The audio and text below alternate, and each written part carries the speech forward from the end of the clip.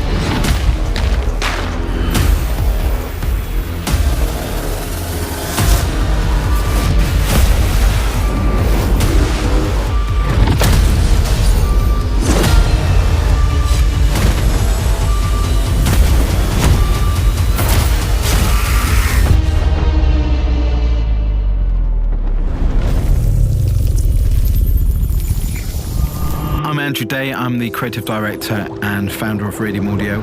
We started in 2007, and the sole purpose of Radium was to create amazing and really sort of magical sound worlds. It's been a long journey, and we've managed to build an amazing sound facility here in Bristol, and I'm going to take you on a little tour of our sound world.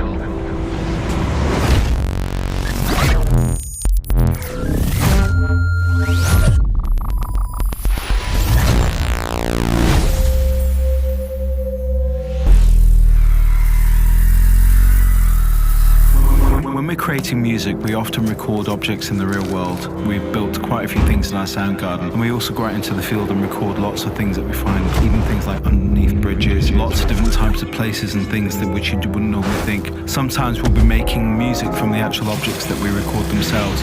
It's a very, very organic process, and what happens is that we will buy things like maybe like 20 washing machines, and we'll sort of just beat up the washing machines, or we'll get lots of copper boilers and sort of massage them with different sort of objects.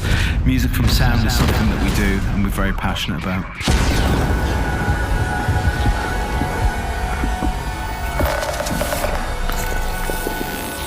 So I want to share with you guys just the organic approach and how important it is to really capture the real world sounds. Here's Ben to talk you through a recent project that we completed. So we had a project based on creating huge monster sounds. We gathered a bunch of source like our octabass, cellos and vocal growls.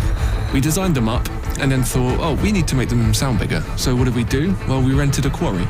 Went down there with a huge speaker system and then set up a load of mics at the other end of the quarry, played the sounds back ridiculously loud so that they interacted with the environment and bounced off everything. Then went back into the SSL with the recordings to design further to create these.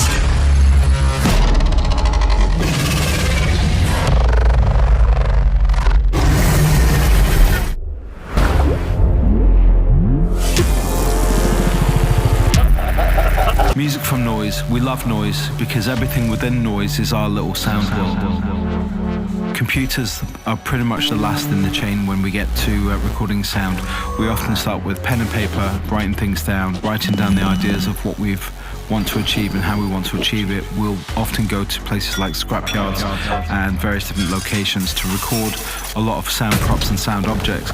You can see here in the film the lengths that we'll go to record various different sounds. The reason why we do this is because we've got microphones that are designed to record the heartbeat of a snail.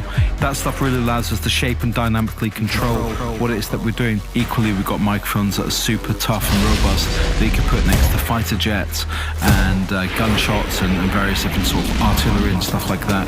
We capture all these sounds because we then start to paint the pictures with these sounds within the mix environment, and the SSL allows us to pull all of these sound layers together into a really amazing kind of creative space where we can sort of twist and sculpt the sounds, and that's what we love about the SSL desk.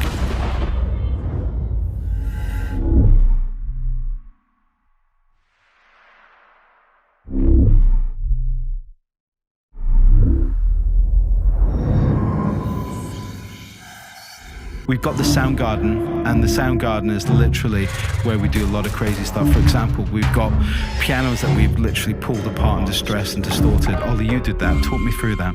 Yeah, so Ben and I went through a session of torturing this old broken piano that Andrew had managed to source. and we were just experimenting with a bunch of different ways we could get sounds out of it. So we had vibrators, we had hammers, we had weights, we had twine strung through all the strings so we could play them all at once. We had a couple of old broken bows which we fed it through just like the twine, and then it created some really haunting sounds. So you can hear some of those sounds now on the Super Bowl trailer for the new movie Us.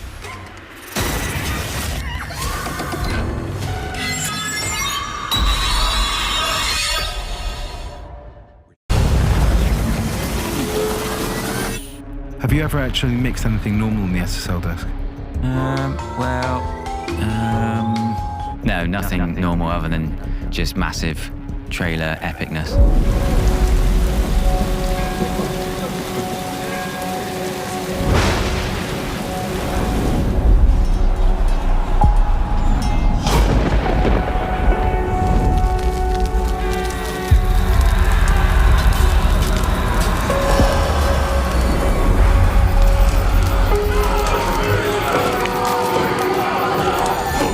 And also mega detail. Yeah, and mega detail, yeah. That's one of the things we do a lot of fine tuning with all the outboard gear and just testing and experimenting what things work best with what elements. A bit like working in a DAW, except you get more hands-on with the desk.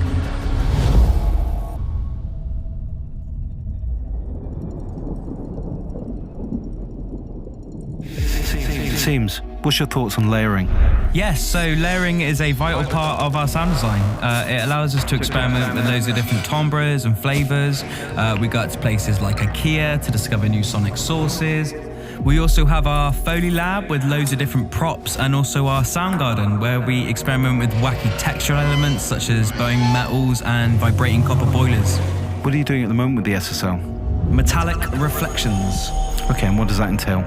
It's hybridizing bowed metals and vibrated metals recorded from the sound garden with synth flares, using the Delta control to record different versions for amends and also to automate the sound design. These are then fine-tuned with the SSL EQ and the outboard gear such as the distressors and Zali EQs, and glue back together with the SSL compressor. So here's the sound, the raw source before processing. And here is the sound after processing with all the analog gear and through the SSL desk.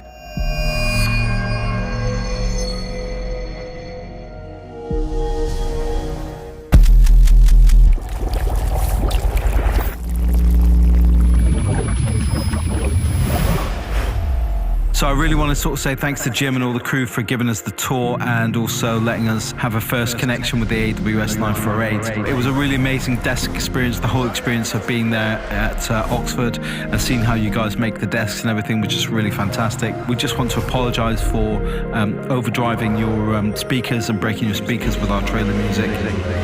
And we want to give a big shout out to KMR and the team, who are absolutely excellent, who have been with us every step of the way. Highly recommend them as a supplier. This one's for you guys. Thank you.